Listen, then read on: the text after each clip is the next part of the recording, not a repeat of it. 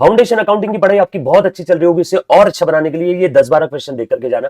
Solve करने की जरूरत नहीं, बस फटाफट से ऑडिट कर लेना है ना, कैलकुलेटर पे सॉल्व कर लेना। आज फटाफट से स्टार्ट करते हैं। सो सबसे पहला वाला जो क्वेश्चन है उसके अंदर में ये हर किसी को पता है ट्रू और फॉल्स का रहेगा, बट कौन से टॉपिक से आ सकते हैं, तो थ्योरेटिकल फ्रेमवर्क, कंपनी अकाउंट्स और बिल्स ऑफ एक्सचेंज के ऊपर ट्रू और फॉल्स के क्वेश्चन आ सकते हैं। 6 क्वेश्चन, एक क्वेश्चन 2 नंबर का विद रीजन आपने लिखना है, राइट। उसके अलावा इसी में क्वेश्चन नंबर 1 में दूसरा क्वेश्चन जनरल एंट्रीज, जहां पे जीएसटी की एंट्रीज आपको पूछ सकते हैं। गुड्स या एसेट परचेस किया तो आप जीएसटी अकाउंट यहां पे डेबिट करोगे, और सेल किया तो जीएसटी अकाउंट आप क्रेडिट करोगे। मॉड्यूल में भी जीएसटी का क्वेश्चन दिया हुआ है सेकंड नंबर के टॉपिक के अंदर में, तो वो अच्छे से देख करके जाना।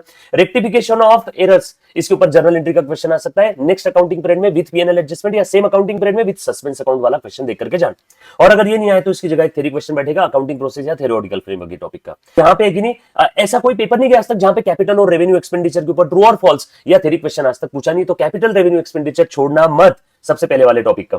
उसके बाद क्वेश्चन नंबर 2 20 मार्क्स का, इसके अंदर में डिप्रिसिएशन और इन्वेंटरी के ऊपर 10-10 नंबर के क्वेश्चन आ सकते हैं। डिप्रिसिएशन में आपको जहां पे वो 3 अकाउंट बनाने पड़ते हैं, मॉड्यूल के अंदर में क्वेश्चन है, सारे क्वेश्चन सेम तरीके से सॉल्व किए जाते हैं, कोई भी एक देख लेना।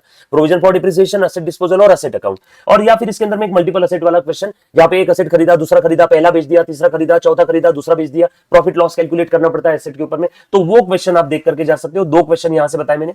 उसके अलावा इन्वेंटरी टॉपिक के अंदर में स्टॉक टेकिंग के ऊपर क्वेश्चन हर बार आता है, बट हो सकता है इस बार एडजस्टेड सेलिंग प्राइस के ऊपर आपको क्वेश्चन पूछ लिया जाए, तो वो जरूर एक बार देख करके जाना। बीआरएस के अंदर में एडजस्टेड कैश बुक के ऊपर आने की संभावना है, या फिर स्टार्टिंग पॉइंट ओडी बैलेंस हो सकता है, वो अलग क्वेश्चन देखना। क्वेश्चन नंबर 3 के अंदर में एडमिशन और रिटायरमेंट का दोनों का कंबाइन, या फिर सिर्फ एडमिशन वाला क्वेश्चन फॉर 10 नंबर के लिए। मैन्युफैक्चरिंग अकाउंट पूछा नहीं, 1-2 अटेम्प्ट हो गए, तो हो सकता है इस बार मैन्युफैक्चरिंग अकाउंट के ऊपर में आ जाए फाइनल अकाउंट वाला।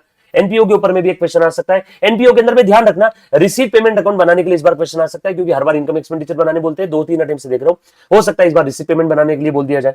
उसके बाद पेटी कैश बुक के ऊपर क्वेश्चन आ सकता है, अकाउंटिंग प्रोसेस टॉपिक वाला है बताइए पार्ट, वहां से आप देखना। बिल्स ऑफ एक्सचेंज में accommodation bill, dissolution of partnership में मैक्सिमम लॉस और highest relative capital method, very important आ सकता है इस बार के एग्जाम में। सब्सिडरी बुक्स आपने अच्छे से देख करके जाना, सेल्स बुक, परचेस बुक वाला।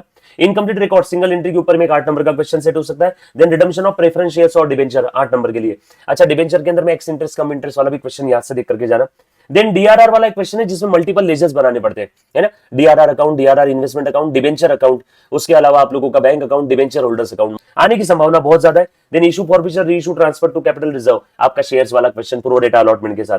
देन बोनस और राइट शेयर्स, और उसके बाद में थ्योरी क्वेश्चन, या तो थ्योरेटिकल फ्रेमवर्क, या तो इन्वेंटरी, या तो बीआरएस, या तो कंपनी अकाउंट्स, इसके ऊपर या फिर एक से ज्यादा इसमें थ्योरी क्वेश्चन आ सकते हैं। तो ये रहा बेटा आपका टोटल 120 नंबर का पेपर। मैं CS Harish Matharia, yes academy for CA के पूरी टीम की तरफ से आप लोगों को आपके आने वाले पेपर के लिए शुभकामनाएं देता हूं। मैं उम्मीद करता हूं आपका पेपर बहुत अच्छा जाएगा। All the best, happy studies. और हाँ, पेपर होते ही इस पेपर का एनालिसिस जरूर इसी चैनल पे या फिर इसी के डिस्क्रिप्शन में चैनल का नाम दिया रहेगा, उसके ऊपर देखना ना भूलिए। Thank you so much guys, love you all, take care, bye.